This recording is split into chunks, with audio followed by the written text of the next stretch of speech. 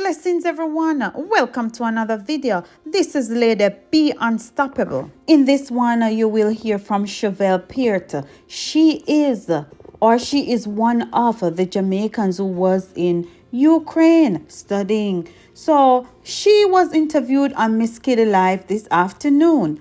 Okay, so based on her interview, she stated that she applied to the Ukraine University to study medicine, and one of the reasons why she chose Ukraine is because the cost is so much more cheaper in comparison to the cost of university in Jamaica, or the cost of the medical degree in Jamaica. This is not the full video, guys, so if you want to watch the full video, you can go over to Nationwide 90 FM for Miss Kitty Live March 9, 2022. But this is a part of it that I caught on Instagram. So go and watch the video till the end. Let me know what you guys think about it. Drop a like, drop a share, and if you're not yet subscribed, subscribe to the channel.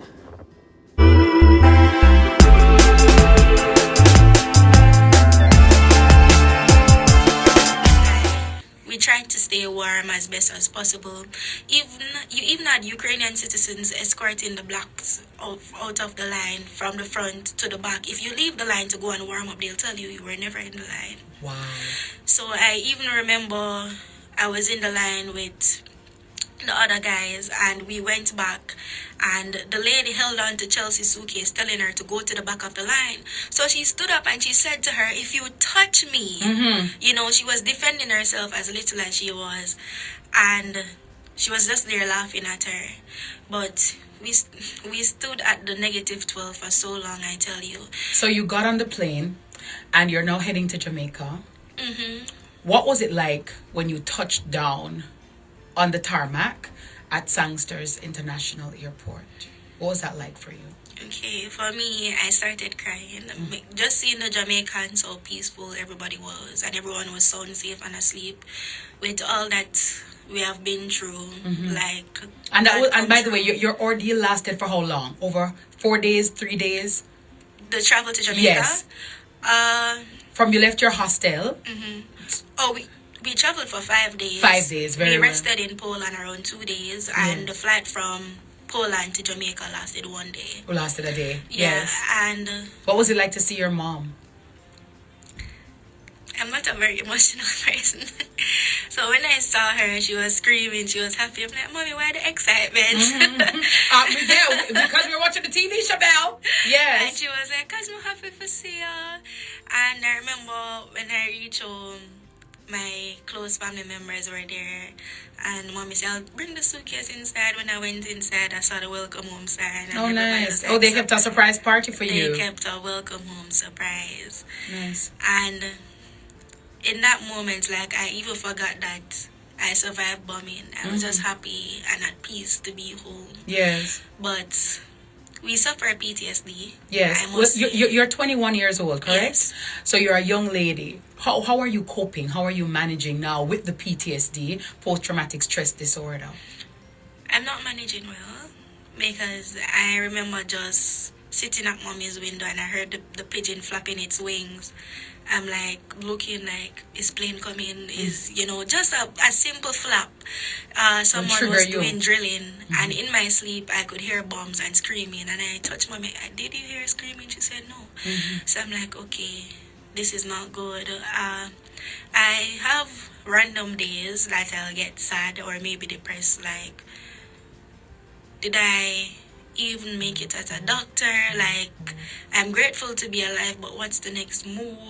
I really went through this. Yes. A lot. It's a lot with which to contend. And, you know, I know that it is nobody, you know, I can't even begin to imagine what you would have gone through.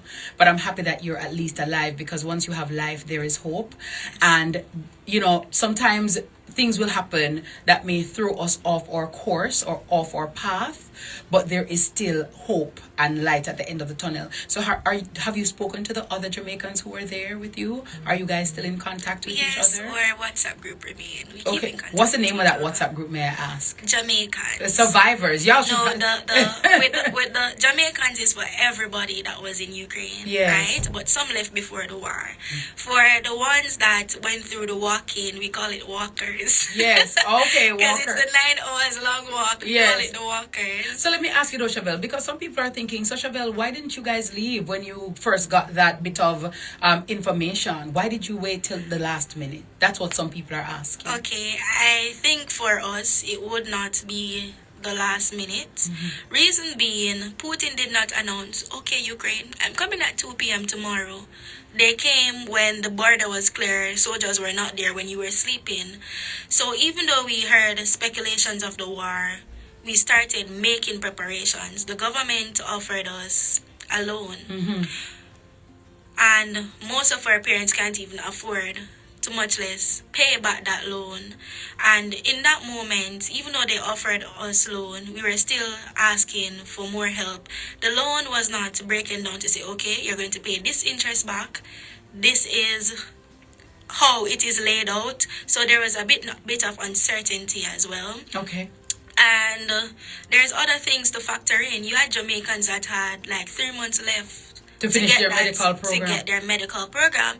You had persons like me. I did not have my passport. How am I going to leave the country? Because in order to process your documents, sometimes the immigration will have your valuables. So in order to get my residence permit, they held on to your my passport. Oh. I got my passport the day before the war. Oh. And we were planning, most of us were planning to leave the Friday. And we did not want to make move to leave some, so we kept in contact. So it's not a matter of not wanting to leave. It's just that certain preparations were not there. Were not in place. Yes. Wow. What is the biggest takeaway from this, Chevelle, for you?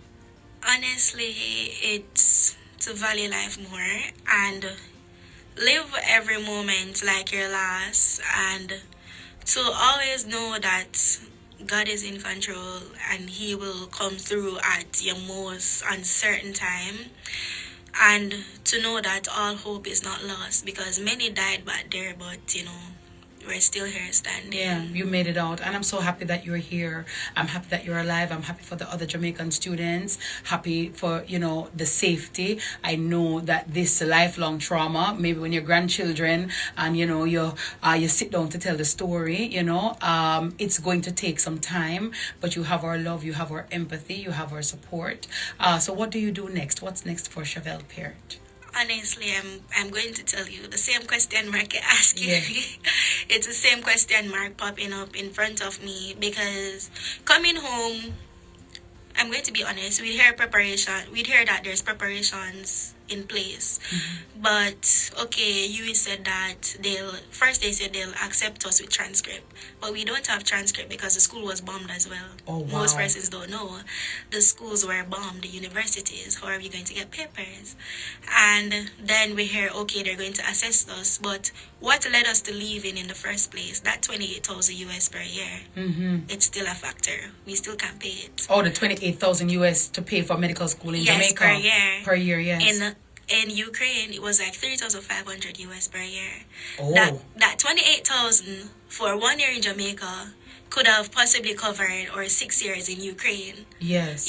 So it's 3,000 US, 3,000. Around 3,500 US. Okay. Yes.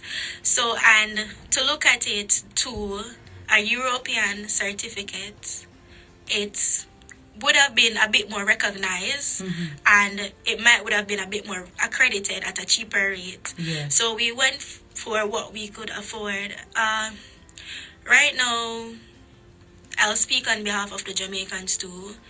We don't know what to do because, one, many of us, we left CXCs behind. We left educational documents that you're going to need to transition into schools. We still can't afford the University of the West Indies tuition.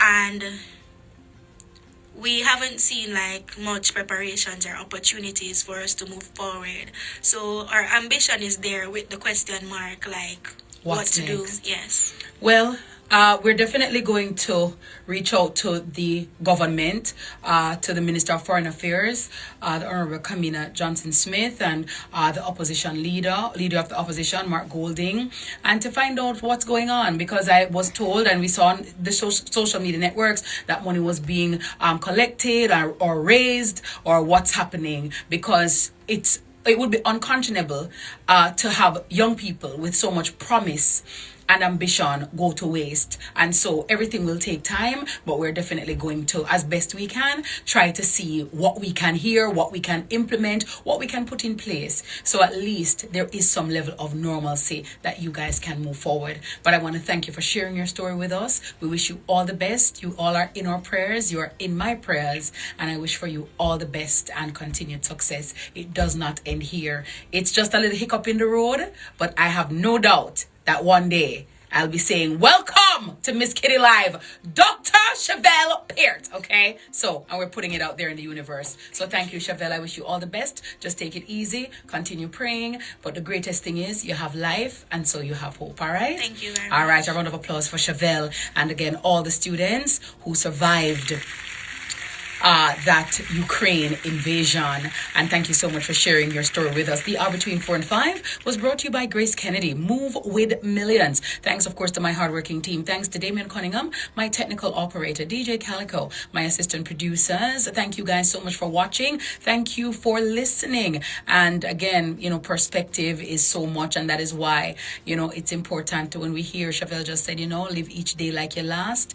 Enjoy your life, treasure your life, because sometimes in the midst of all things, death and destruction can come upon us at any time. And so we have to be very grateful for what we have here in Jamaica, and be grateful for the peace that we have, and the food that we have, and being able to afford school, because it's not everybody can afford school, and everybody born with gold spoon in their mouth. But people have them ambition, people have them drive, people have potential, and they want to actualize. This is the end of another video. Guys, remember me said this is not all of it. So if you don't want to watch the rest of it, you go over Miss Kitty Live at Nationwide 90 FM and watch the rest of the video. It is very interesting. I wish these students are the best, and I hope that doors of opportunity will open for them so that they will continue their studies. Thank you so much for watching, and if you're not yet subscribed to the channel and you're new, remember, hit the subscribe button and the notification bell so you will know whenever I have another video or whenever I go live. Thank you for watching, and stay safe.